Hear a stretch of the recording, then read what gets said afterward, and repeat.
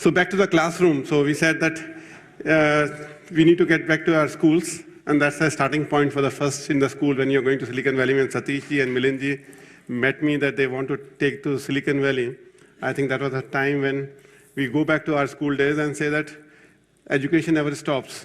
Education is a journey which starts, never ends till we die.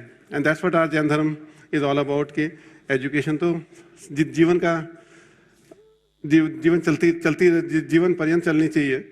तो एक बहुत अच्छा इनिशिएटिव लिया है सतीश जी ने, मिलिंद जी ने, सबने मिलकर जो इनिशिएटिव लिया कि अभी तक जैन धर्म के जितने फंक्शन होते थे सब सिर्फ साधु के साथ रहते थे और मंदिर के अराउंड वीव होते थे, या हमारे कोई सेलिब्रेशन होते थे. तो जीतो ने एक पहली बार ऐसा कहा कि जिसमें लर्निंग भी एक इम्पॉर्टेंट पार्ट है हमारी ग्रोथ का. सिर्फ साधु से सुन के हमारी ग्रोथ नहीं होती है, बाकी लोगों से भी सुनना चाहिए.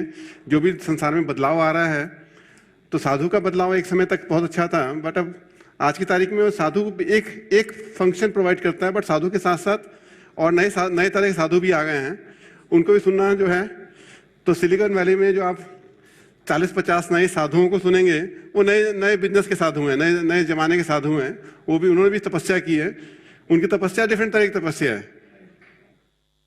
तो वो तपस्या के हिसाब से अगर हम देखते हैं तो हमने कहा चलो एक दिन का सेशन इधर करते हैं कि पहले कि हम उनकी तपस्या में क्या सीखने जा रहे हैं. तो that's what we look at it कि इसको कैसे हम ऑर्गेनाइज करें पूरे इवेंट को. तो हमारी फिर बातचीत हुई कि इसको इस ढंग से ऑर्गेनाइज करें कि एक ट्रिप सिर्फ ट्रिप की तरह से रहना जाए. नॉर्मली जब तुम सिलिकॉन वैली जाते हो तो एक ये ना हो कि अमेरिका जाके आ गए, वहाँ से क्या सीख क्या हमने इम्प्लीमेंट किया अपने बिजनेस में, उसके बारे में हम सोचें.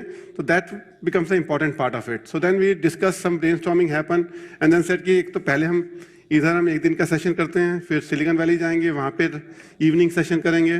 तो जैसे हार्वर्ड के प्रोग्राम होते हैं या स्टैनफोर्ड के ट्रेनिंग प्रोग्राम होते हैं, कॉर्पोरेट ट्रेनिंग प्रोग्राम होते हैं, जहाँ पे पहले आपको केस स्टडी भेज दी जाती है, फिर हर रोज़ शाम को जब सेशन होता है उसके बाद एक सेशन, जब तुम वहाँ पे होई होटल में सीखने के लिए जा रहे हो सिलिकॉन वैली में, तो समय निकालो वहाँ पे 1 घंटा सोने से पहले 10 से 11, 9 से 10 बैठ के ग्रुप समझे, क्या समझे, क्या हर एक ने पिकअप किया.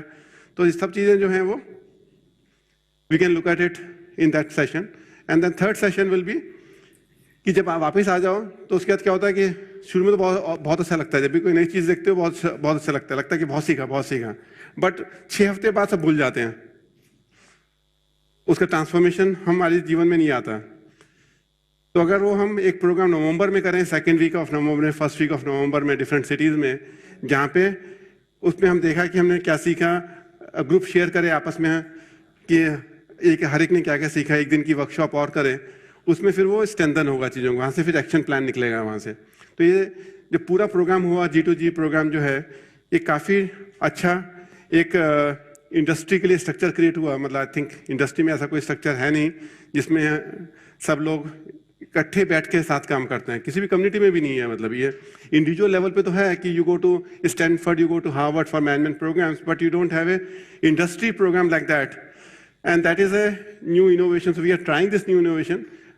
हमारी कुछ गलतियां होंगी इस प्रोग्राम को डिज़ाइन करने में, जो अगले बार इंप्रूव कर सकते हैं, पर ये हम पहला एक्सपेरिमेंट कर रहे हैं. तो इसमें सबसे पहले हमने इन्वॉल्व किया doctor Ashok Korwar. I want to introduce doctor Ashok Korwar.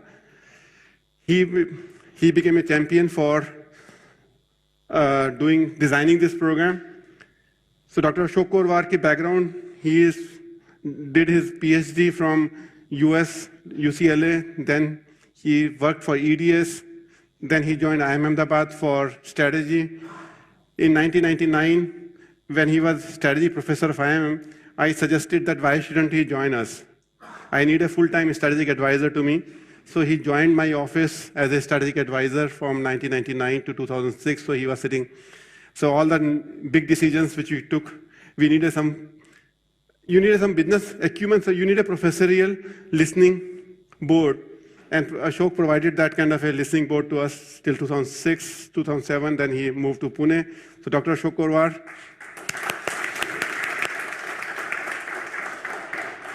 So he brings a strategy wisdom from the teaching perspective. He brings a strategic wisdom from what we did in Intellect Polaris in our journey. So he brings both the things. He's a consultant to Persistent in Pune and many other companies over there. Dr. Anbu Ratnavel, who is the Chief Design Officer for organization. Dr. Anbu Ratnavel did his education in US, then came back, joined us for our Nalanda in 2001. So Nalanda is our internal education university where we train the people internally on the various programs. So Dr. Anbu Ratnavel was working for the last 16 years with our team on training internal people. And then when we set up a design center, he's leading the effort of design thinking within the organization. Dr. Kalpana Korwar.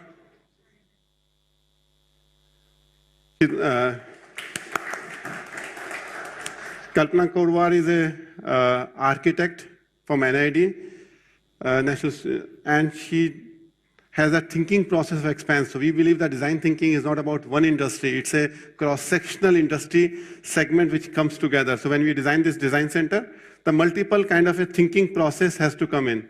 So she brings the design thinking from a space perspective. You may pick up from the business perspective, but you need to design from a space perspective. So she brings the design thinking from a space perspective. So Kalpana Korwar is helping design thinking school. Manju Jain, she is my wife. So she started the career in Nucleus way back in '86 with me. We did some ATM software, first ATM software in the country. She was one of the key programmers for writing the ATM software in '87 when we launched first ATM in the country. Then after the marriage, she started supporting the children. Now, after 5 years back, she started coming back to the field of where her interests are there on design thinking. So that's the team which put together this program for you. So this is a full-day program which we are looking at. So we'll just play a small movie to start with. Just the theme is how do we grow? The point is when we are discussing Satish ji, that why shouldn't we grow 10 times than what current space is? So everybody has a single thinking process, 10x growth. So we call it 10x. 10x means 10 times what you are today. What holds you back to become 10x times, whatever size you may be. If it is 100 crore, it becomes 10,000, 1,000 crore. If it is 10 crore, it becomes 100 crore. At least 10 times. If you want to be more than that, 100 times, that's a different ball game.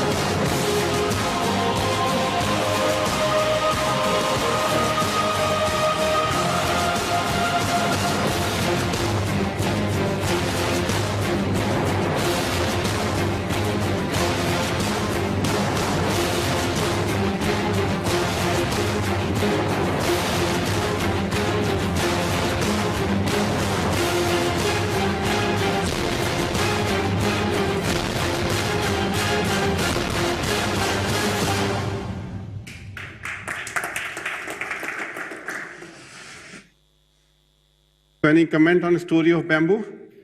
How many were you aware that bamboo takes 5 years? Anybody aware of bamboo? Have you heard this story before? A lot of business stories are bamboo stories. All of your personal stories are bamboo stories. Who put those bamboo seeds? Whether your father put those bamboo seeds or you're putting the bamboo seeds. Somebody has put those 5-year, 10-year, 15-year before any business is visible on the surface. In business life, it may be 20 years, 15 years when something comes to the surface. So when we do it, first generation entrepreneur, we have to do all the groundwork. When it is second generation, somebody has done that bamboo work for you. And then the growth happens in 6 weeks' time. So people see the growth happened for certain industry, suddenly 2 years, somebody has come up, and we say the share price moved 3 times, 5 times, 10 times. That happens because of the groundwork which is done, and that requires a patience, that requires a perseverance. There's no shortcut for doing it. When we look at Google as a company, in 98 when they started a search engine, today we celebrate Google everybody. Everybody in the world will know Google. When they started, did they know that it will be worldwide phenomena? It's just a small company, it's just a search engine. They went to Yahoo first and said that we need $100,000 for investment for testing out this search engine. Yahoo said, what is the search engine? It's a content which makes a difference, not a search which makes a difference. Yahoo didn't pay $100,000 to Google. For next few years, Google didn't have a revenue. They didn't know what the revenue will be. How the revenue will come, they didn't know what the revenue will come. They keep on investing because it is solving some problem. Somebody problem is solving. If I have to search it out, if I solve my problem, it's useful for somebody. If it is useful for somebody, it will be useful for everybody. That was their belief system. So if you look at from 1998 to 2005, the total revenue of Google has not gone anywhere. It was less than $80 million company till 2005. Today it's a 50 billion. 80 million to 50 billion is 1,000 times, not 10x time.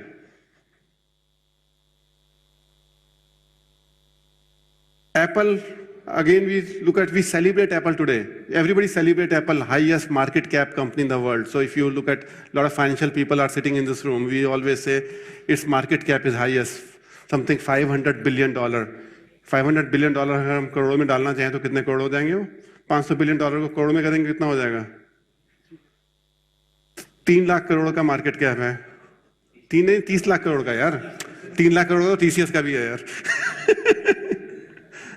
30 lakh crore का market cap है उसका, Google का 30 लाख करोड़ का market cap है। एक एक company देश की इकोनॉमी के बराबर है। पाकिस्तानी इकोनॉमी से डबल होगी जो एप्पल का जो इकोनॉमी होगी। बांग्लादेश 2-3 बांग्लादेश आ जाएंगे उसकी इकोनॉमी में। पर आप देखो जब स्टीव जॉब्स वापस आया एप्पल में 96 में, उसके पास पैसे नहीं थे 1998 में।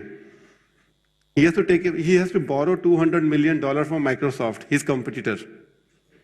Bill Gates has given him $200 million in 98 कि भाई तुम चला लो, तनख्वाह दे दो। From 96 to 2006, their revenue was staggering at $4 billion. 4.5, 4.2, 4.3, zero growth.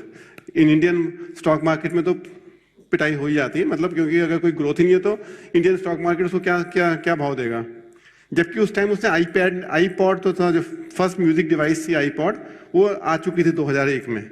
उसके बावजूद भी शेयर प्राइस नहीं मूव हुआ। उस टाइम शेयर प्राइस $15 था उसका, एप्पल का $15 का शेयर प्राइस था, जो बाद में $800 हो गया, बट वो $15 का शेयर प्राइस था। तो 2005 तक 2006 तक वो बैम्बू की तरह चलता रहा 10 साल तक। उस टाइम एप्पल को सुनता नहीं था कोई, मतलब अब पिछले 10 साल में 2006 से 2016 में क्या फर्क आया? 10 ही साल हुए ना सिर्फ, और 2011 तक तो पूरा बदल गया था।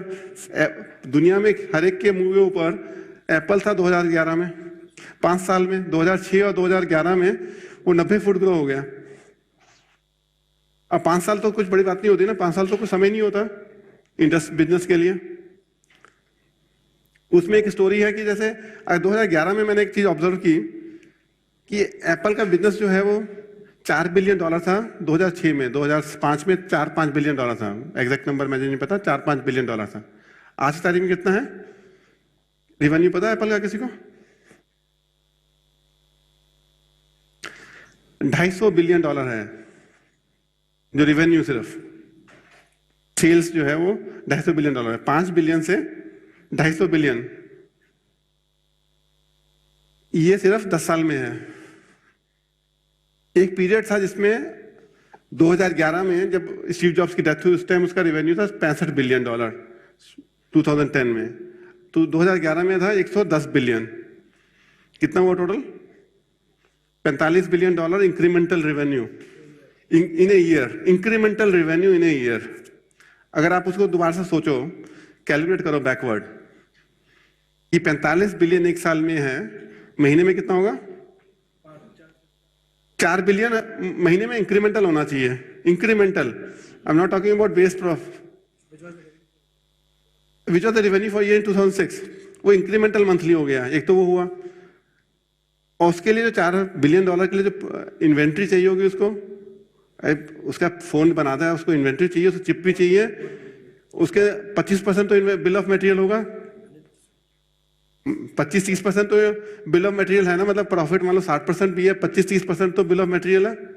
मतलब $1 बिलियन का मुझे ऑर्डर प्लेस करना है, वो ऑर्डर कितने दिन पहले प्लेस करना पड़ेगा? वो ऑर्डर 90 डेज पहले तो करना पड़ेगा। पर वो जो उसके पार्ट्स हैं वो तो नए पार्ट्स हैं, नई टेक्नोलॉजी है, वो पार्ट्स तो मिलते नहीं है सप्लाई में, तो उसको ऑर्डर करने के लिए कितने पहले से ऑर्डर करना पड़ेगा? 1 महीने पहले, 1 साल पहले ऑर्डर करना पड़ेगा, क्योंकि फैक्ट्री बनानी पड़ेगी ना। $1 बिलियन का जो सप्लाई है उसके लिए तुम्हें फैक्ट्री बनानी पड़ेगी ना। $1 बिलियन की सप्लाई बिना फैक्ट्री के थोड़ा आती है, थोड़ा तुम्हें रिची स्ट्रीट से मिल जाएगा या इंडियन स्ट्रीट से मिल जाएगा, उसे तो पूरी फैक्ट्री चाहिए। तो मतलब 12 महीने पहले मुझे फैक्ट्री का ऑर्डर करना पड़ेगा, और मुझे एक फैक्ट्री का नहीं ऑर्डर करना पड़ेगा, मुझे इतना विश्वास होना चाहिए अपने प्रोडक्ट में कि जब वो आईपैड जाए मार्केट में उसमें इतना विश्वास है, क्योंकि उसने आईपैड निकाला था फरवरी 2010 में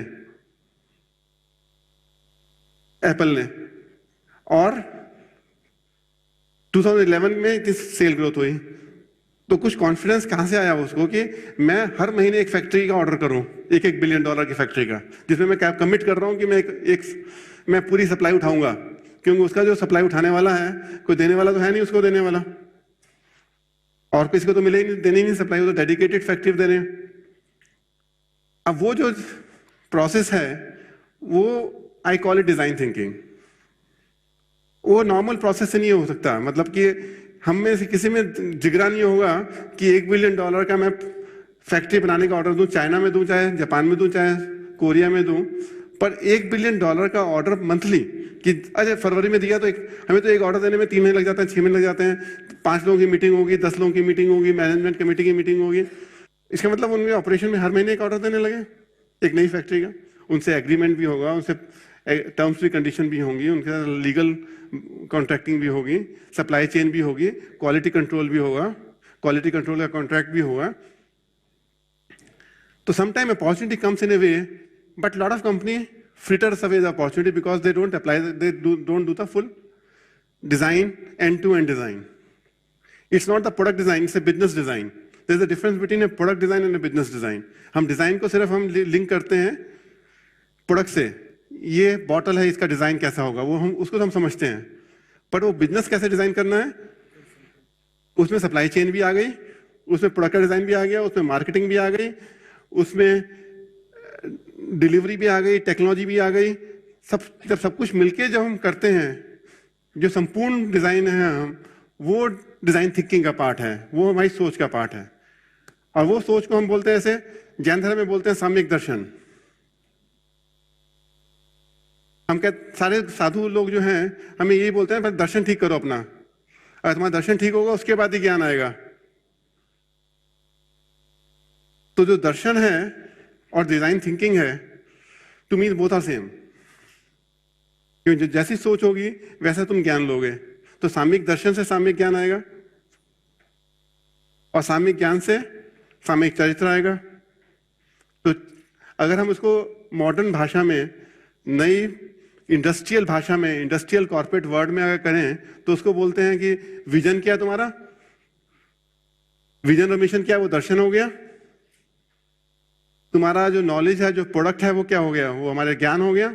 जो हमारी नॉलेज, कंपनी की जो नो हाउ है, जिसको हम नो हाउ बोलते हैं, नो हाउ को क्या बोलना चाहिए, नॉलेज हुआ, वो हमारा ज्ञान हुआ, सब में ज्ञान हुआ। Know how of student loan, know how of building a building, know how of constructing a road, that is the knowledge, that is the दर्शन, दैट इज द ज्ञान। And how do execute it, the entire line chain, which is Ramcharan ji जो बोलते हैं university की book में, extreme execution. Execution is nothing but a चारित्र।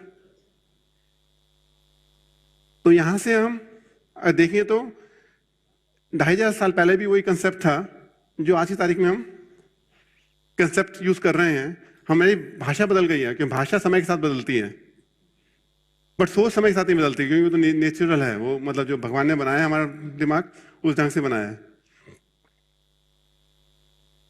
जब मैं 2006 में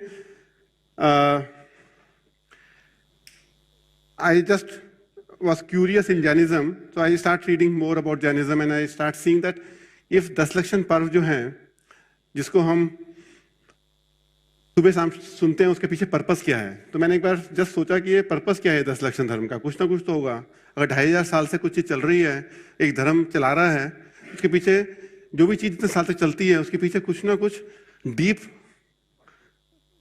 कंस्ट्रक्ट होगा जो 2500 से चल सकता है। हम परिवारों में 20 साल भी नहीं चला पाते हैं कुछ चीजों को, कंपनी में 20 साल भी नहीं चला पाते। हमारी कंपनी में सिस्टम बनाते हैं, सिस्टम टूट जाते हैं, और 10 लक्षण धर्म जो है चले जा रहा है। इसलिए चल रहा है। तो when I did detail, it's a such a beautiful thing of 10 virtues of the life. They are not 10 virtues of Jainism, we में से जैनिज्म, वो तो बिल्कुल फंडामेंटल लाइफ के जो वर्च्यू हैं वो उन्होंने बिल्ड कर दिए कि उसको हर साल रिफ्रेश करो, हर साल रिफ्रेश करो। एजुकेशन को हम बोलते हैं हर साल रिफ्रेश करो, क्योंकि हम कंफर्ट जोन में आ जाते हैं एंड एजुकेशन जो हमारे लिए रिफ्रेशिंग नहीं होती, तो रिफ्रेश करना जरूरी है। तो जैन धर्म ने कहा कि एक 10 दिन जब बरसात होती है, जब जैन लोग ट्रेडिंग नहीं करते हैं, जो जा नहीं सकते थे, छुट्टियां, जो पूरा जो ये चतुर्मास जो है वो क्यों होता था पहले, क्योंकि it was a rainy season and rainy season traders can not travel from one place to other place, so it's better to stay in one place and refresh our knowledge. And 10 लक्षण is the outcome of that period. कि जब तुम, और उसमें आपने observe किया होगा 10 लक्षण में पंडित किसी और मंदिर का आता है, तुम्हारे अपने मंदिर का पंडित नहीं होता। क्यों दूसरे मंदिर का पंडित लेके आते हैं? डिफरेंट व्यू पॉइंट है, अनेकांतवाद, डिफरेंट व्यू पॉइंट है। उसी चीज को डिफरेंट पर्सपेक्टिव से देखा जाए। जब आप सिलिकॉन वैली जा रहे हैं तो डिफरेंट पर्सपेक्टिव से देखने को जा रहे हैं। बिजनेस तो वही है, पर्सपेक्टिव डिफरेंट है। अमेरिका का पर्सपेक्टिव डिफरेंट है, यूरोप का पर्सपेक्टिव डिफरेंट है, बॉम्बे का पर्सपेक्टिव डिफरेंट है, चेन्नई का पर्सपेक्टिव डिफरेंट है। तो हमारे जो पंडित लोग आते हैं वो हम दिल्ली से बुलाएंगे चेन्नई में, चेन्नई से बुलाएंगे बॉम्बे में। ऐसा नहीं कि बॉम्बे में पंडित नहीं है, because to get a different perspective. Then will say एक दिन एक वर्च्यू पे लगाओ, कंसंट्रेट करो एक पर्टिकुलर आइटम के ऊपर, जल्दी जल्दी मत करो। तुम्हारी सोच जो है उसको रिफ्लेक्ट करो एक दिन, पूरे दिन। पहला दिन अगर हम उत्तम क्षमा के बारे में बात करते हैं तो पहला दिन इज ऑल अबाउट एरोगेंस। तुम्हारा मान क्या है, मान में एरोगेंस के क्या नेगेटिव है, रावण ने, तो हर एक स्टोरी जो है वो एरोगेंस के ऊपर है। सेकेंड डे अगर होगा, सेकेंड डे क्या है उत्तम क्षमा के बाद? उत्तम मार्दव, your anger, how do we reduce your anger? So first is arrogance, second is anger, third is your greed, and fourth is your maya, which is the deceit. ये चारों कषाय जो हैं एक एक दिन डिस्कस करी। To me this is below the earth which is negative elements. There are four forces which brings us down: arrogance, anger, greed. I call it आग। AAG मीन्स आग, मतलब हिंदी में अगर उसको एक्रोनिम कर दो आप, उसको वो आग बन गई ना। Arrogance, anger, grid and deceit is D, और माया। तो जो चार चीजें जो हैं वो हमें नीचे ब्रिंग, तो पहले वो क्लीन अप करते हैं कि पहले 4 दिनों में तुम क्लीन अप हो जाओ, जो हम लेके आ रहे हैं उनको हम क्लीन कर दें। फिर 5वें दिन क्या है? सत्य है, उत्तम सत्य। Then we try to understand the definition of truth. जो गांधी जी ने ट्रूथ की डेफिनेशन बताई, वैसे ही हम वो ट्रूथ को समझने की कोशिश करते हैं 5वें, वो मिडिल में। बिकॉज मिडिल 4 दिन निकल गए, जैसे यूनिवर्सिटी में कोर्स होता है, 4 दिन तो हमने नेगेटिव किया और 5वें दिन हमने कहा ट्रूथ क्या है, उत्तम सत्य क्या है, सत्य को समझने की कोशिश की। वहां से फिर सत्य को समझे, तो उसके बाद नेक्स्ट आया हमारा उत्तम संयम। उसके बाद कि जो भी समझना है उसमें बहुत समय लगेगा, सत्य को समझने में बहुत समय लगेगा, इसलिए हमें संयम चाहिए। सत्य इतना इजी नहीं है जो समझना, बोलना आसान है बट समझना इजी नहीं है कि सत्य है क्या, इसलिए उसके लिए संयम चाहिए हमें। वो 6वां दिन हो गया। 7वां दिन क्या हुआ? उत्तम तप। उत्तम तप is how to learn, and उसमें मैं थोड़ा समय ज्यादा लूंगा उत्तम तप में, क्योंकि मेरी जो लर्निंग, पर्सनल लर्निंग हुई वो उत्तम तप से हुई।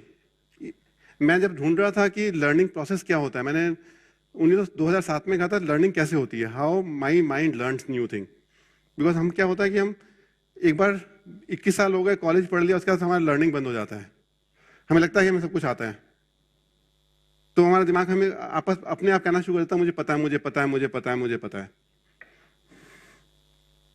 नई चीज मिल रही है पर वो उसको रिजेक्ट करता है कि ये वहां चलता होगा, ये हमारे लिए एप्लीकेबल नहीं है, ये तुम्हारे परिवार में चलता होगा, हमारे परिवार में एप्लीकेबल नहीं है, ये तुम्हारे धर्म में चलता होगा, हम कोई ना कोई बहाना करके उसको बाहर कर देते हैं नई लर्निंग को।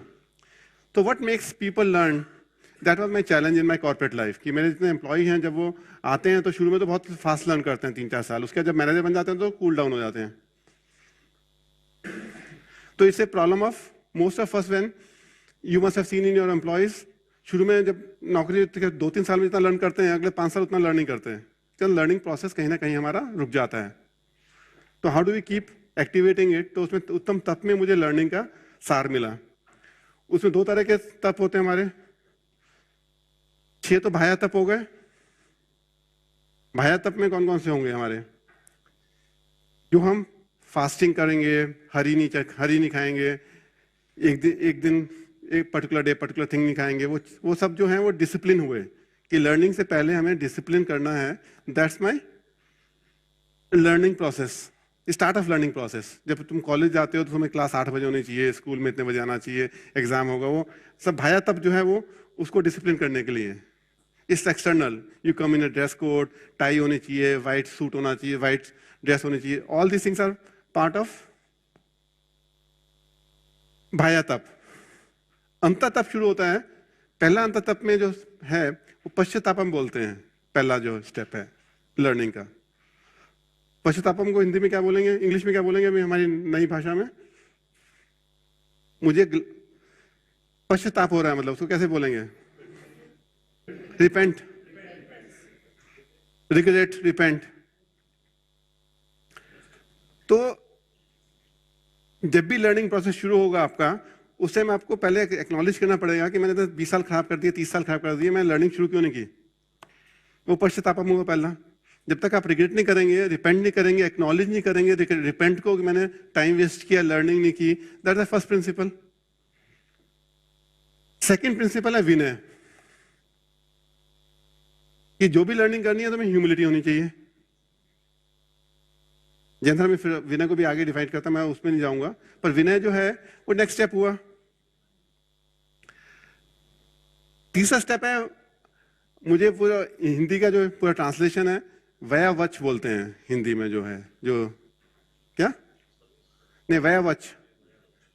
तो व्यावच जो है उसको बोलते हैं कि किसी को सर्व करो, मतलब सर्विंग अदर्स, साधुओं को सर्व करो या किसी और के लिए करो। मैं उसको इंटरप्रेट करता हूं कि व्यावच मीन्स सेल्फलेस। जब अपने को जो भी काम कर रहे हो आप, जो भी प्रॉब्लम सॉल्व कर रहे हो, गूगल ने जो अपनी प्रॉब्लम सॉल्व करी वो अपने लिए नहीं कर रहा, वो तो सर्च कर सकता है अपने आप, बट वो प्रॉब्लम किसी और के लिए कर रहा है कि बाकी लोग मिलकर उसको सर्च करेंगे तो उनको बेनिफिट होगा, तो वो सेल्फलेस हुआ, वो हुआ व्यावच। उसका नेक्स्ट स्टेप है व्युत्सर्ग। व्युत्सर्ग, VYUT, व्युत्सर्ग, कि रिमूव योर पैशंस। जो भी आप लर्निंग कर रहे हो, जो पैशंस हैं आपके, उसको रिमूव कर दो। विच आई कॉल इट कि लिमिटिंग बिलीफ्स होते हैं। जब हम सक्सेसफुल हो जाते हैं तो each success step bring a belief system की ऐसी ही चीजें सक्सेसफुल होती हैं। पिताजी तुम्हें कहेंगे ऐसे ही चलो, हमारे जमाने में ऐसा होता था। अब वो उनके जमाने में होता था क्योंकि सिचुएशन बड़ी डिफरेंट थी। आउट ऑफ द बॉक्स बात की बात आती है, पहले तो सिर्फ लिमिटिंग बिलीफ हो जाता है कि जिसने तुम्हें सक्सेसफुल बनाया वही तुम्हारे लिए काउंटर हो गया, क्योंकि वो उस सिचुएशन में वो तो जिसको गूगल ने सक्सेसफुल बनाया वो आज स्टार्टअप के लिए एप्लीकेबल नहीं है, वो गूगल के लिए एप्लीकेबल है। ये नहीं है कि 10 कंपनियां और गूगल बन जाएंगी। तो लिमिटिंग बिलीफ्स हुई कि अगर लिमिटिंग बिलीफ को हमें ब्रेक करना होगा। हमारे जो लिमिटिंग बिलीफ्स होते हैं, जैसे अगर सिंपल एग्जांपल दूं लिमिटिंग बिलीफ का, तो आपका एक बच्चा है जो 6वीं क्लास में पढ़ रहा है और उसका टेस्ट पेपर लेके आया, उसके मैथ्स में नंबर कम हो गए। मान लो उसके 50 में से 10 नंबर आए। कहते पेरेंट तुम क्या कहोगे? तुझे मैथ्स नहीं आता बिल्कुल, तू कभी जीवन में मैथ्स नहीं कर सकता। तुमने तो बड़े प्यार में धमकी देके बोला, पर बच्चे के दिमाग में आया कि मैं तो मैथ्स कर ही नहीं सकता, कि मेरे पिताजी ने बोला, जिनको मैं गुरु मानता हूं पिताजी को, उसने बोल दिया मैं मैथ्स नहीं कर सकता, मैं मैथ्स कर ही नहीं सकता। तो उसके जीवन में वो लिमिटिंग बिलीफ बन जाएगा, वो आगे उसको कभी हाथ ही नहीं लगाएगा उस मैथ्स को या फिजिक्स को या इंग्लिश को या किसी भी सब्जेक्ट को। आपने तो बड़े प्यार से बोल दिया उसको कि बहुत सोचते भी नहीं उस टाइम, जब हम गुस्से में होते हैं तो उसका इंपैक्ट जो होता है उसके जीवन में लाइफ लॉन्ग हो जाता है। And that is where this व्युत्सर्ग कम्स इनटू पिक्चर, इज कि लिमिटिंग बिलीफ जो होते हैं हमारे पैशंस होते हैं। हम सोचते हैं मैं भी मैथ्स में अच्छा था, मेरा बेटा भी होना चाहिए, मैं फिजिक्स में अच्छा था, मेरा बेटा भी होना चाहिए, मैं इंजीनियर था, मेरा बेटा भी इंजीनियर होना चाहिए। तो जो हम उसको अपनी नजर से देखते हैं हर एक व्यक्ति को, जो हमारी नजर से इक्वल नहीं है, वो अच्छा है या बुरा है, हमारा जजमेंट कॉल हो जाता है। जो हमारे जैसा काम करता है वो तो अच्छा है, जो हमारे जैसा काम नहीं करता वो बुरा है। तो दैट्स ए व्युत्सर्ग की लिमिटिंग बिलीफ है। जब तक नहीं करेंगे तब तक लर्निंग प्रोसेस स्टार्ट नहीं होगा। और उसके बाद स्वाध्याय आता है। तो स्वाध्याय से पहले, लर्निंग से पहले 4 चीजें पहले आ गई। तो पहले तो उत्तम तप आया, उत्तम तप में भाया तप आया, फिर अंतर तप आया, अंतर तप में 4 चीजें पहले आई, पश्चाताप आया, विनय आया, वायवच आया, व्युत्सर्ग आया, अब जाके स्वाध्याय आया। तो जो हम कर रहे हैं स्वाध्याय है।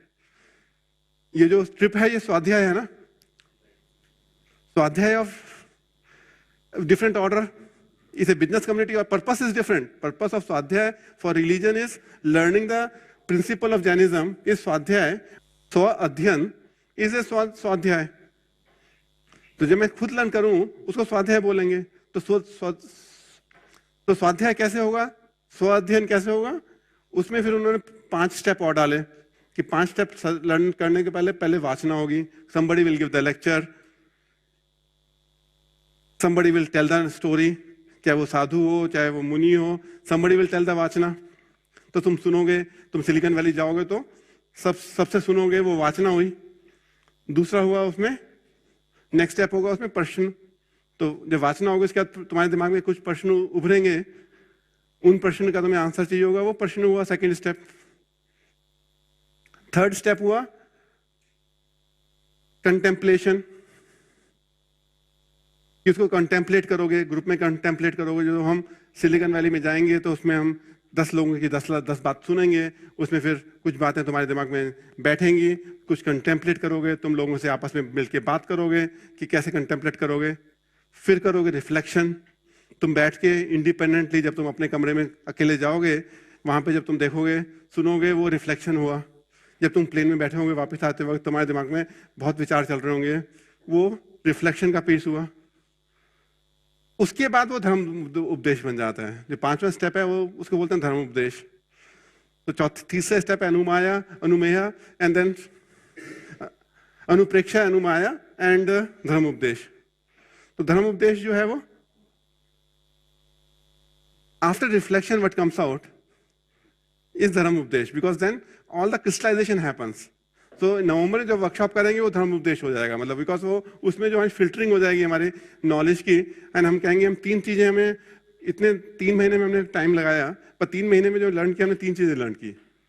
अगर 3 चीजें लर्न कर लें 3 महीने में, बहुत बड़ी चीज हो गई। Don't expect too many things to be learn, because possibility नहीं होती। हम बहुत ज्यादा करने की कोशिश करते हैं, मैं 3 लर्न कर लें, that is more than sufficient for doing it. And छठा स्टेप अंतर तप का होता है ध्यान। उसके बाद उसको ध्यान to me is a execution, concentration, you do everything with a single focus is a ध्यान। ध्यान एक मेडिटेशन तरह से सोच सकते हैं, पर जो बिजनेस है वो भी मेडिटेशन हो जाता है। जब तुम सिंगल फोकस सोचते हो, एक जब एप्पल बना स्टीव जॉब्स से सोचते हो, वो ध्यान है।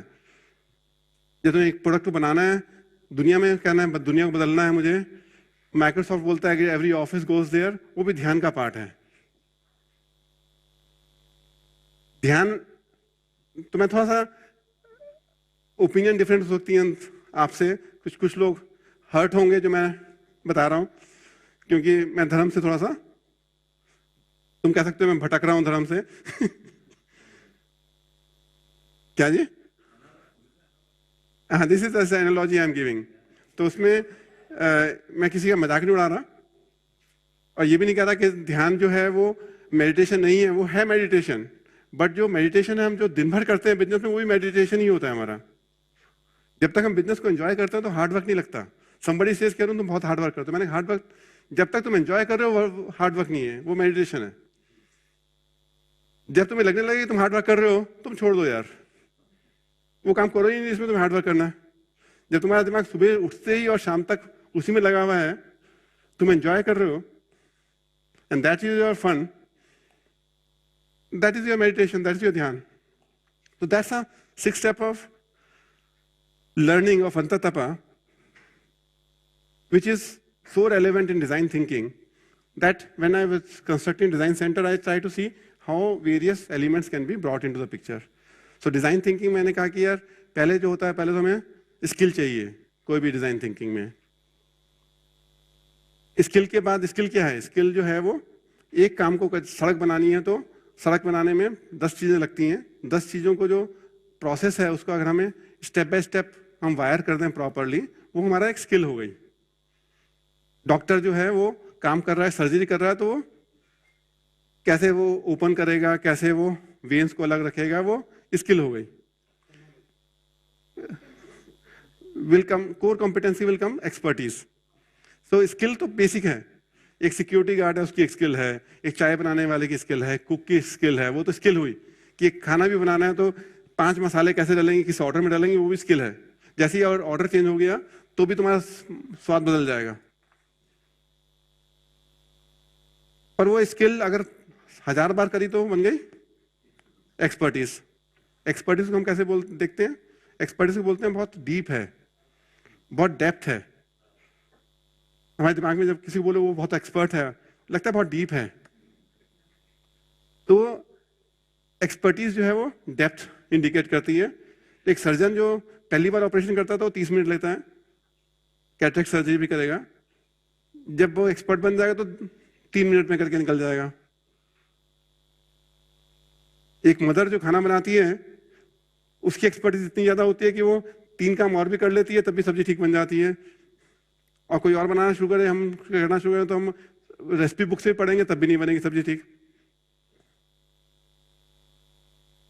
तो वो जो एक्सपर्टीज है वो सबकॉन्शियस लेवल पे डेवलप हो जाती है। तो you need to have expertise, you need to have skill, you need to have expertise. Third thing is a perspective. Perspective किसे बोलेंगे हम? पर्सपेक्टिव क्या? ऊपर से देखना। Perspective like aerial view. तुम ऊपर से जब देखते हो उसको लगता है पर्सपेक्टिव है। तो इंजीनियरिंग ड्राइंग में बोलते हैं ना पर्सपेक्टिव। अगर कोई आर्किटेक्ट है तो वो perspective drawing, perspective drawing is a aerial view. तो कभी भी हम डिजाइन करेंगे तो हमें एक्सपर्टीज भी चाहिए और पर्सपेक्टिव भी चाहिए। एक तो हमें बहुत डीप जाना चाहिए, इसमें पता होना चाहिए हमें कितनी डेप्थ है, और एक हमें पता होना चाहिए ऊपर से एरियल व्यूज होना चाहिए कि हमें क्या क्या चीजें एक दूसरे को इम्पैक्ट करेंगी, क्या रिलेशनशिप है एक दूसरे में, कौन सी चीज इधर होगी। जैसे हॉस्पिटल में सर्जरी करोगे तो और ओटी भी होना चाहिए, ओटी में एनेस्थेसिस्ट भी होना चाहिए, एनेस्थेसिस के साथ एक फिजिशियन भी होना चाहिए। ये सब अलग अलग चीजें जो हैं, जब तक वो नहीं होगा तो surgeon can not operate. The expertise by itself will not be useful unless all other elements comes together and you have perspective to connect all the dots on that hospital system, then only surgeon can be effective. Otherwise surgeon अगर इस building में बैठा भी है तो कुछ नहीं कर सकता, वो हाथ भी नहीं लगा सकता। Full perspective, perspective means multiple things. You need to have a marketing of the patient to come in to hospital. Apollo hospital अगर खोलना है आपको तो अपोलो हॉस्पिटल में पहले मार्केटिंग डिपार्टमेंट होगा, पेशेंट आएगा, पेशेंट का सर्जरी पूरा स्कैनिंग होगा, स्कैनिंग डिपार्टमेंट होगा, सर्जरी डेट डिसाइड होगी, within surgery then you need to have the OT design, somebody has to design the operation theatre. Operation theatre के बाद उसमें कौन कौन से मेडिसिन चाहिए, कौन कौन से इंस्ट्रूमेंट चाहिए सर्जरी के लिए, वो somebody has to give, somebody has to ensure sterilize, somebody there should be anesthetist, कितने मिनट के लिए उसको एनेस्थीसिया देंगे। तो जो होलिस्टिक व्यू है वो हमारा पर्सपेक्टिव हुआ। चौथा हुआ आइडिया। हम बोलते हैं आइडियाज, नया आइडिया है। आइडिया होता क्या चीज है? Can you put on A paper what idea means? New way of solving problem. Thoughts, but new way of solving problem. Thoughts, new way of solving. सपना देखना है? सपना देखना है?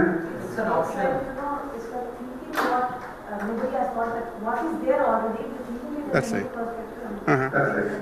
So, anybody else wants to suggest what is idea? If you want to draw idea, not a word, you don't have to put a word of idea. What is the picture comes to your mind when you say idea? बत्ती जली। ये बत्ती जली क्या होता है? मतलब बत्ती जली, ये जो फ्रेज है, लगता है तुम्हारे दिमाग में बत्ती जली? नहीं, पर बत्ती हैवी, जब सॉल्यूशन आता है तुम्हें लगता है बत्ती जली तुम्हारे दिमाग में? हाँ हाँ, स्पार्क आता है ना दिमाग में। Have you experienced, all of you must have experienced some point of time कि तुम्हारी प्रॉब्लम आ रही है, 3 दिन तक कुछ नहीं सॉल्व हो रहा, 5 दिन तक सॉल्व नहीं हो रहा, 3 महीने तक सॉल्व नहीं हो रहा, सडनली एक सुबह उठे और एक बत्ती जली, यूरेका मोमेंट। तो अगर मैं कहूं कि ये नॉलेज पैकेट्स हैं, नॉलेज पैकेट मीन्स ये स्मॉल स्मॉल एलिमेंट्स हैं जिसके बेसिस पे हमारा ऑपरेशन थिएटर, जैसे मैं एग्जांपल बताया, ओटी में मल्टीपल नॉलेज पैकेट्स हैं,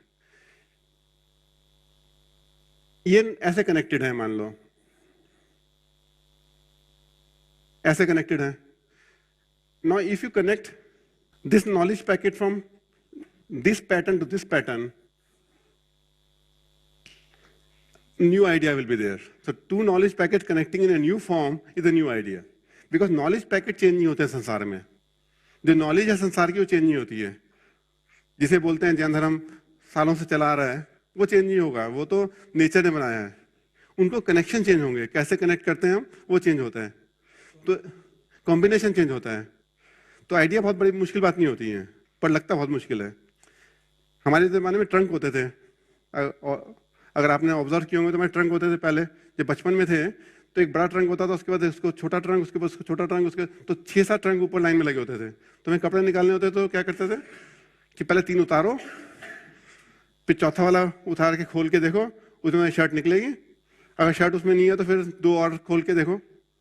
और अब क्या करते हैं, अलमारी में लगे हुए वॉक इन वार्डरोब है, तुम्हें जो शर्ट निकालनी है वो पहन के। अब इस प्रोसेस को डिजाइन चेंज में कितना टाइम लगा?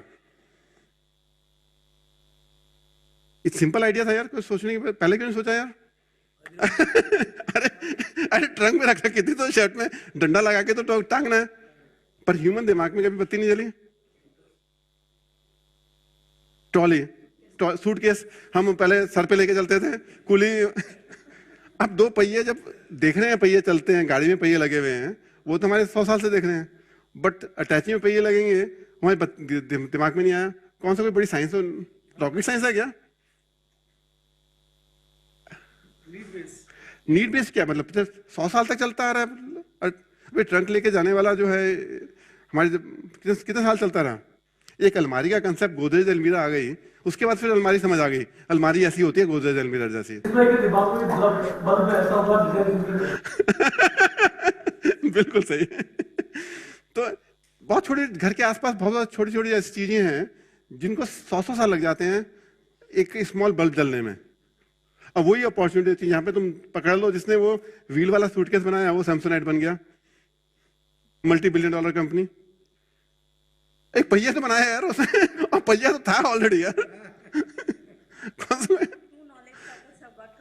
Two knowledge packets got combined and that created a huge magic. और पहले मोटर बनी थी। मोटर क्या होती थी? मोटर नीचे चलती है। मोटर तो हॉर्स पावर को रिप्लेस करने के लिए बनी ना 1700 से 1800 अर्ली बिगनिंग में। अब कोई सीधी सी चल रही है और सब लोग हैप्पी हैं उससे। एक आदमी जिसका दिमाग सनकी है उसने कहा कि इसको ऊपर चलाओ, तो क्या हुआ? उसने ऊपर चलाई तो क्या? लिफ्ट बन गई, एलिवेटर बन गया। अब जिसने पहले बार कहा होगा कि यार ये इसको ऊपर चलाओ, तो क्या लोगों ने क्या कहा होगा उसको? पागल आदमी है। ये तो बनी नीचे चलने के लिए, ऊपर क्यों चला रहे हैं? तो जो ये चेंज, क्या चेंज हुआ उसमें? सिर्फ नॉलेज पैकेट कनेक्ट चेंज हुआ, कुछ नहीं हुआ। और उससे क्या हुआ? पूरी न्यूयॉर्क बन गया यार, मैनहट्टन बन गया, 100 मंजिल बिल्डिंग बन गई। ह्यूमन तो आदमी 4 मंजिल चढ़ नहीं सकता था। जैसे लिफ्ट बनी, human capacity of city grown up multifold. Simple change से, सिंपल एक नॉलेज पैकेट कनेक्ट करने से। IKEA है, उसने फर्नीचर को क्या किया? फर्नीचर में सबसे ज्यादा प्रॉब्लम क्या है? फर्नीचर बिजनेस में होंगे आप तो, स्पेस। ब्रिलियंट। तो डाइनिंग टेबल को रखोगे, इतनी बड़ी डाइनिंग टेबल रखने के लिए स्पेस चाहिए, तो फैक्ट्री में तुम्हारी डाइनिंग टेबल बनेगी। फिर वो टेबल जो है वो ट्रांसपोर्ट होगी डीलर के, और वहां से ट्रांसपोर्ट होगी कंज्यूमर के पास। उसने कौन सा नॉलेज पैकेट चेंज करना है उसको to make the shift? Modular. तो उसे क्या हुआ? असेंबली पॉइंट जो है, जो फैक्ट्री में होता था, कस्टमर के पास हो गया। कोई बत्ती कोई बहुत बड़ा चेंज किया गया है तुमने? पहले भी तो पार्ट तो पहले ही बनते थे ना। अरे फैक्ट्री में तो पहले पार्ट ही बनते थे, बट पार्ट की कील जो है हम फैक्ट्री में करते थे। हम सोचते थे फिनिश फैक्ट्री में ही हो सकता है, फिनिश घर में नहीं हो सकता। पर अगर तुम पार्ट ही फिनिश पार्ट बनाओगे जिसको फिनिश करना ही ना पड़े बाद में, और जो point of assembly you shift from customer production place to the end user, पूरा फर्नीचर इंडस्ट्री चेंज हो गई। मतलब पूरी अगर देखें तो सिर्फ एक पॉइंट चेंज हुआ। आप मेल ऑर्डर बिजनेस करते हैं बहुत सारे लोग। मेल ऑर्डर बिजनेस तो कितने सालों से होगा? 100 साल से होगा। एडवर्टीजमेंट के ऊपर, मेल ऑर्डर के ऊपर। अब मेल ऑर्डर बिजनेस जो चल रहा था, उसका कॉरस्पॉन्डिंग चेंज कहां कौन सी कंपनी ने किया? फ्लिपकार्ट ने, अमेजन ने। उसने बस मेल ऑर्डर को, जो मेल पोस्ट से आता था, उसने ई कॉमर्स से लेना शुरू कर दिया। यार मेल भी आती है, उसमें मेल की जगह वो मेल ऑर्डर आ जाएगा। मेल तो आई रही थी ना। और मेल ऑर्डर जो है वो हम अमेजन में क्या करते हैं? टाइम कम हो गया बस। बट कोई बिजनेस मॉडल चेंज नहीं हुआ। फ्लिपकार्ट में कोई क्या चेंज हुआ है बिजनेस में? सप्लाई चेन तो वही है। हम फ्लिपकार्ट का इतना वैल्यूएशन दे रहे हैं, हम अमेजन का इतना वैल्यूएशन दे रहे हैं, बिजनेस में क्या चेंज हुआ भाई? उसने सप्लायर को भी उससे कनेक्ट कर दिया। पहले हम ऑर्डर रिसीव करके 10 लोगों को फोन करेंगे, ये सप्लाई कर देना इसके पास, ये सप्लाई कर देना इसके पास। वो सप्लाई करेगा, सप्लाई के बाद वो जवाब आएगा, हाँ हाँ सप्लाई कर दिया, टिक मार कर दिया। तो हमारे पास 50 लोग होते थे कंपनी में जो मेल ऑर्डर को सप्लाई करेंगे। इसमें कोई बहुत बड़ी चेंज हुआ है, शिफ्ट हुआ है? एक सिंपल डॉट कनेक्ट हुआ है कि मेल ऑर्डर को तुमने इलेक्ट्रॉनिकली कर दिया, rather than doing it in a physical fashion. तो जो ब्रिक एंड ऑर्डर बिजनेसेस हैं, सडनली जैसे उनकी तो कोई वैल्यू नहीं है, इनकी वैल्यू है, ई कॉमर्स बिजनेस की वैल्यू है, उसको ई कॉमर्स बिजनेस बोलना शुरू कर दिया, नया नया शब्द बोलना शुरू कर दिया। तो ये एग्जांपल मैं दे रहा हूँ कि सिर्फ नॉलेज पैकेट को आपने कनेक्शन डिफरेंट किया। नॉलेज पैकेट वो ही है, नॉलेज पैकेट वो मेल ही है, नॉलेज पैकेट वो मोटर ही है, उसको किस फॉर्म में कनेक्ट किया वो आइडिया की बात हुई।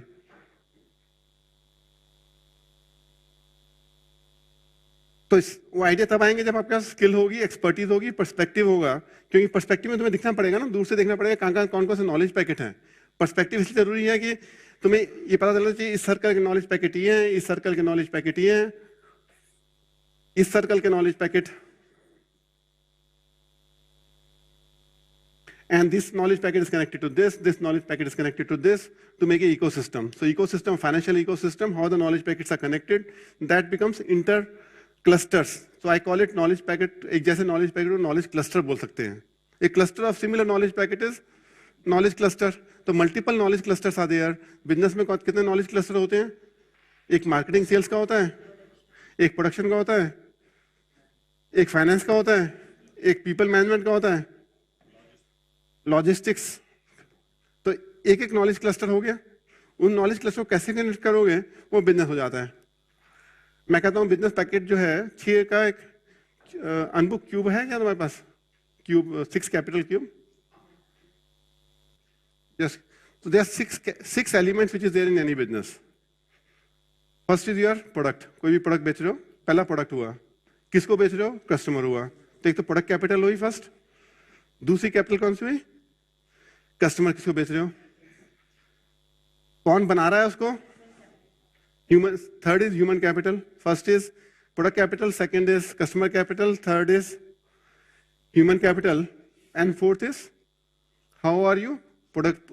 कौन कैसे प्रोड्यूस कर रहे हो, कैसे एग्जीक्यूट कर रहे हो, कैसे फाइनेंशियल प्रोडक्ट बना रहे हो तो कैसे एग्जीक्यूट कर रहे हो, that is the fourth capital. Fifth capital है उसको सेल कैसे कर रहे हो, मार्केटिंग कैसे कर रहे हो, ब्रांड कैसे कर रहे हो, और छठा कैपिटल है फाइनेंस कैपिटल। तो अगर आप मानो कि ये एक क्यूब है,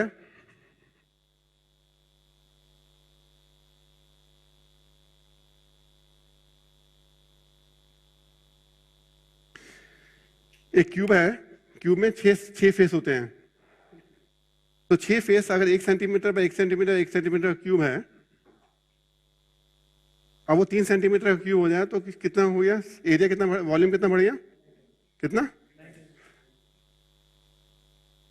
कितना होता है बताओ, कितना बड़ा? 27 टाइम्स या 9 टाइम्स? 9 times 27 times. अगर तीनों डायरेक्शन में 6 कैपिटल अगर बढ़ जाए 1 सेंटीमीटर से 3 सेंटीमीटर, बिजनेस कितना बढ़ जाएगा? 27 गुना बढ़ जाएगा। तो जो मैं एप्पल का एग्जांपल दिया, तो 27 गुना बिजनेस क्यों बढ़ा? कि सारे तरफ से बढ़ा, उसमें 6 डायमेंशन बढ़ी। 1 सेंटीमीटर क्यूब को 3 सेंटीमीटर किया, सिर्फ फाइनेंस को 3 गुना कर दिया, मार्केटिंग को 3 गुना कर दिया, ह्यूमन कैपिटल को 3 गुना कर दिया, प्रोडक्ट को 3 गुना कर दिया, कस्टमर को 3 गुना कर दिया। And that is the power of design thinking. That design thinking is all about 6 capital think together. All the 6 things has to thought together, not one by one. As a CEO of the company, as a business leader, you need to think all. You have juggle 6 balls. कभी पैसा नहीं होगा, कभी बंदा नहीं होगा, कभी product नहीं होगा, कभी सबको साथ लेके कैसे बढ़े? 65 बिलियन से 110 बिलियन डॉलर जब भी होता है जब सारी चीजें साथ लेके। क्या है? हाँ, that's right. Parallelly. So you need to have a management team, multiple people to handle these things. You need to have a trusted management team. Normally, we'll end up into one person doing all the jobs. Trusted people. Sometimes I give an example of कि entrepreneur के जीवन में सबसे बड़ा dilemma क्या होता है? Hiring the next person. Hiring the next person to whom you pay double the salary and expect half the work.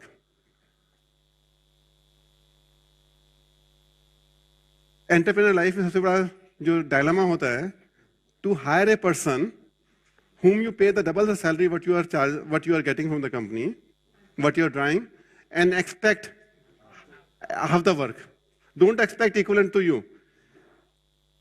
You may be willing to pay double the salary, but you expect double the work. Will not produce double the work. क्योंकि तुम entrepreneur हो, तुम तो equity से कमा रहे हो, उसको तो इक्विटी नहीं मिल रही, उसको सैलरी मिल रही है सिर्फ. तो जो थिंकिंग प्रोसेस है वहां पे शिफ्ट होता है हमारा एंटरप्रेन्योर का. हम किसी को दुगनी सैलरी देके 6 महीने में डर जाते हैं कि यार हम तो यार 2 लाख रुपए निकालते हैं महीने में, इसको हम 4 लाख में लेके आए हैं, इसको तो समझ नहीं आ रहा बिजनेस, जितना मुझे समझ आता उतना उसको समझ नहीं आ रहा, किस बात के पैसे दे रहे हैं, 1 साल उसको निकाल देते हैं. एंड सेकेंड थिंग इज, तुम्हें एक बंदा नहीं चाहिए वैसा, क्योंकि गलतियां होंगी तुम्हारे. तुमने जो हायर किया, जिसको तुमने 4 लाख सैलरी दी, वो एक नहीं 3-4 इकट्ठे करो. 91 में मैंने शुरू किया तो 4 लोगों को मुझे सीनियर लोग चाहिए थे, तो मैंने एक ऐड दिया बिजनेस इंडिया में इन 91 में कि anybody who is doing less than 10 lakh salary need not apply.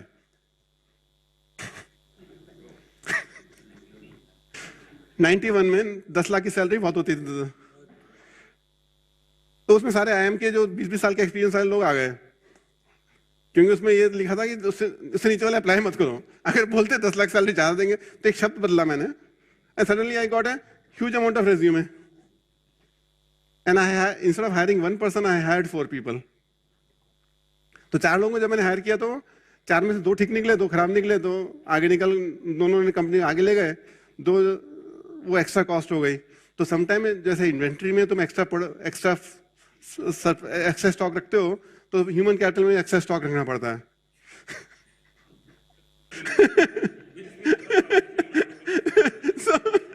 तो जब तक हम एक्स्ट्रा स्टॉक नहीं रखेंगे तो पूरे 3 साल खराब हो जाएंगे ना यार. किसी को तुमने हायर करोगे, 3 महीने बाद वो ज्वाइन करेगा, जब वो 1 साल बाद तुम्हें पता चलेगा कि भाई यार ठीक है या नहीं है, उसकी कॉम्पिटेंसी है या नहीं है, स्किल है या नहीं है. इंटरव्यू में तुम्हें कितना बदल चलेगा, कहीं तुम्हारी राय नहीं मिलेगी, कहीं तुम्हारे विचार नहीं मिले. 2-4 लोग फालतू होंगे तो कोई ना कोई इंजन चलेगा. आज 2 साल बाद फिर तुम एक बंदे को हायर करने की कोशिश करोगे, फिर 2 साल निकल गए, 3 साल निकल गए, तो 3 साल तो तुम्हारे वेस्ट हो गए ना पूरे इस पीरियड में. तो these are the some few mistakes which entrepreneur typically do, because the cost of people is intangible cost. Cost of inventory is tangible cost. हम 10 करोड़ की प्रॉपर्टी खरीद लेंगे पर 10 करोड़ का एम्प्लॉय नहीं रखेंगे, बिकॉज 10 करोड़ की प्रॉपर्टी तो पता है कि टेंजिबल है, 1 करोड़ का आदमी जो है वो टेंजिबल नहीं है. So this is what I say, we are 4 things: skill, expertise, perspective, ideas and alignment. तो अलाइनमेंट जो है, जो 6 क्यूब जो टुगेदर हैं वो अलाइनमेंट है, सब चीजों को अलाइन करना है. That's the 5 things which are there, which we call it sepia. अगर मैं इसको, आप ऊपर देखेंगे इसके बारे में, तो skill, expertise, perspective, idea and alignment. तो this is called sepia. Sepia colour जैसे होता है ना पिक्चर में, जो पुरानी वहीदा रहमान की पिक्चर होंगी, जो सेपिया कलर की होंगी, जो ब्राउन रंग की पिक्चर होती है, कलर कोड. तो याद रखने के लिए 5 चीजें चाहिए डिजाइन थिंकिंग के लिए, 5 इकट्ठी चाहिए. और 5 फ्रिक्शनल फोर्स चाहिए. फ्रिक्शनल फोर्स, फ्रिक्शन किसे बोलेंगे? फ्रिक्शन पॉजिटिव है नेगेटिव होगा हमारा? Is both. Why both?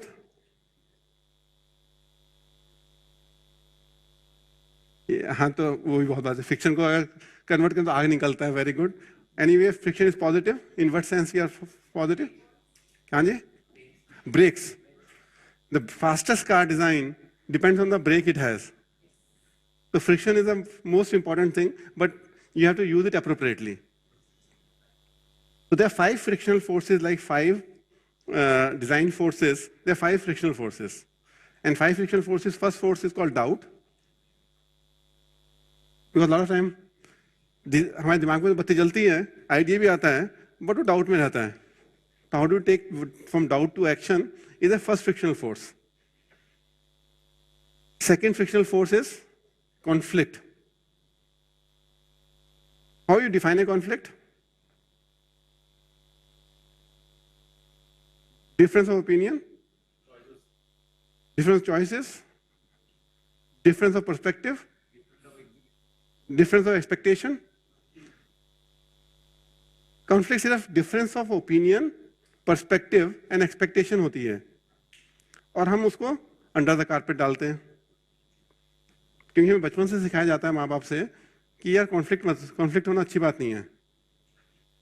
Conflict और अनेकांतवाद में कितना फर्क है? अनेकांतवाद में दूसरा लक्षण बताया एंगर. हमारा माइंड जब चीजें ठीक नहीं चल रही होती बहुत जल्दी से हम एजिटेट हो जाता है.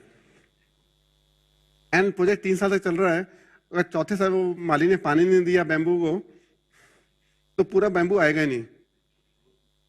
ग्रोथ पूरा सीड जो है बर्बाद हो गया. तो 5 साल तक तुम्हें पानी देना ही देना है. अगर तुमने कोई डिजाइन कर रहे हो, कोई नया प्रोडक्ट बना रहे हो, स्टीव जॉब्स नया प्रोडक्ट बना रहे हो, 10 साल तक उसको पानी देना है. अगर 10 साल में वो बीच में निकल जाता तो $4 बिलियन कंपनी $4 बिलियन रह जाती.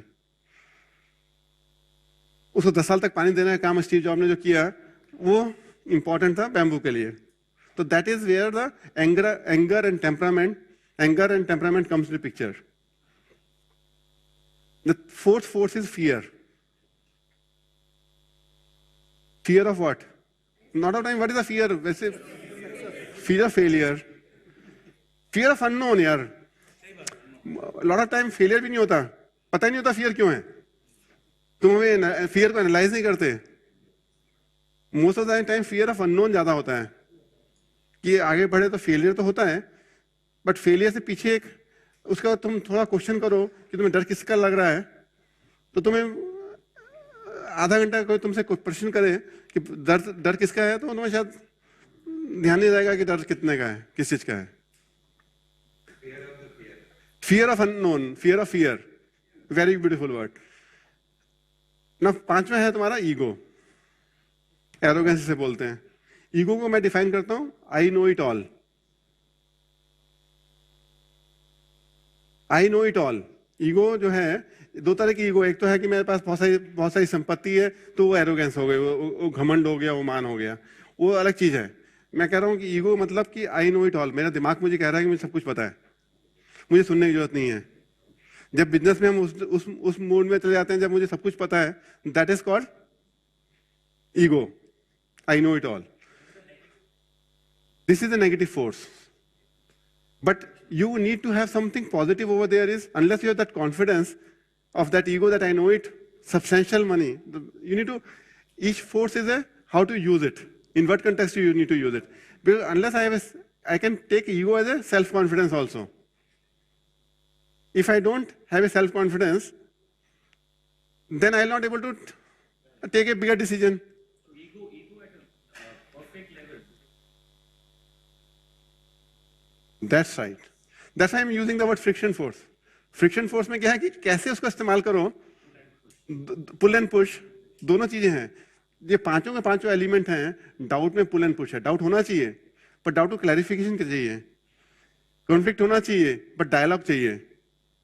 तो कॉन्फ्लिक्ट को सॉल्व करने के लिए, डाउट को सॉल्व करने के लिए क्या चाहिए? क्लैरिटी. कॉन्फ्लिक्ट को सॉल्व करने के लिए चाहिए डायलॉग. एंगर को सॉल्व करने के लिए चाहिए एक्सेप्टेंस ऑफ फेलियर. कि 2 करोड़ का नुकसान हो गया, ठीक है आगे बढ़ो यार. 5 करोड़ का नुकसान हो गया, आगे बढ़ो. 2 लाख का नुकसान हो गया, आगे बढ़ो. Acceptance of failure. फियर को रिमूव करने के लिए हमें क्या चाहिए?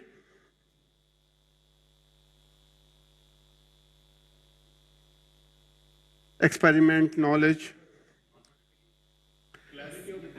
Clarity is for doubt, for fear is courage.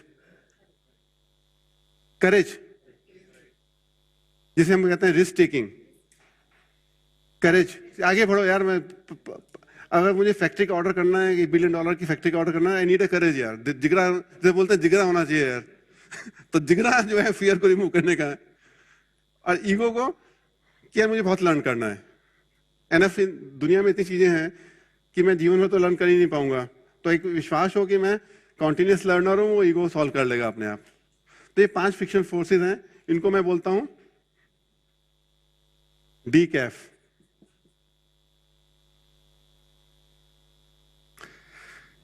Doubt, conflict, anger, fear, ego. तो you need a coffee, have a decaffeinated coffee, but still you can drink the decaf. तो 5 तो आपको वहां पे मिलेगा डिजाइन सेंटर में ये सब चीजें। हाँ, टेम्परामेंट इज एंगर को मैंने एंगर ले लिया, एंगर एक्सेप्टेंस को मैंने ये ले लिया। एंगर जो हमारी उसमें कषाय, 4 कषायों में एंगर, मान क्रोध, माया एंड लोभ, तो एंगर जो है वो सेकंड एलिमेंट आता है।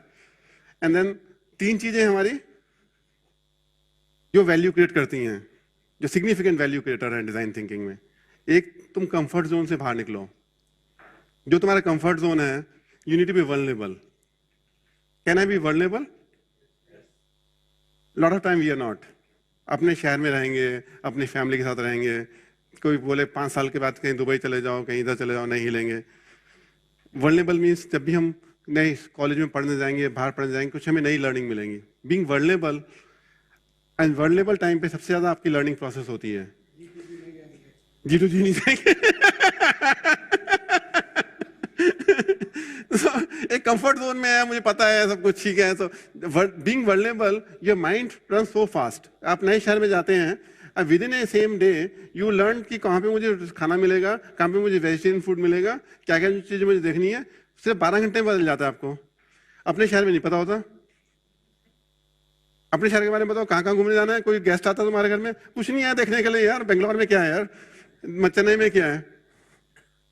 तो वो एक लर्निंग कर्व, जब वल्नरेबिलिटी होती है तो लर्निंग कर्व बहुत फास्ट होता है। माइंड जो है बहुत फास्ट वर्क करता है, बिकॉज वो सिक्योरिटी ढूंढता है।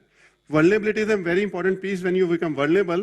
When you start a new business, when you start a new initiative, when you grow 10x, you will be vulnerable. 10x का जब दिमाग में विचार भी आएगा तो vulnerable होगा।